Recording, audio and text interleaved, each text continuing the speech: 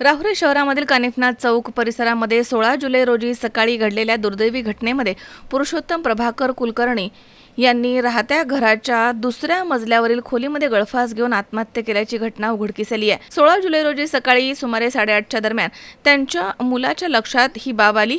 त्यानंतर कुटुंबियांनी त्यांना तातडीने राहुरी येथील ग्रामीण रुग्णालयामध्ये आणलं असता तेथील वैद्यकीय अधिकारी यांनी तपासणी करून त्यांना मृत घोषित केलं। घटनेची माहिती राहुरी पोलीस स्टेशनला देण्यात आली। त्यानंतर घटनेची माहिती मिळताच राहुरी पोलीस स्टेशनचे सहाय्यक फौजदार तुळशीदास गीते, पोलीस नाईक जयदीप बडे यांनी घटनास्थळी जाऊन माहिती घेतली आणि पुढील कारवाई केली आहे।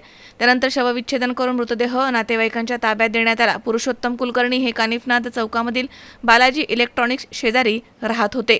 ते गेल्या अनेक दिवसांपासून आजारानं त्रस्त असल्याची माहिती समोर येते। आजारपणाला कंटाळून हे टोकाचं पाऊल उचलल्याचा प्राथमिक अंदाज व्यक्त करण्यात येतोय।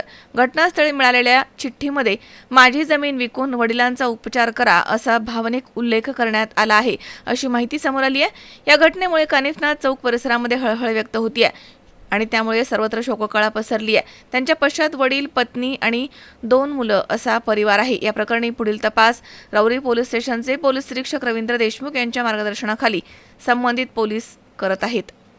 मनोज साळवेसह सतीश फुलसौंदर, C24 तास, राहुरी।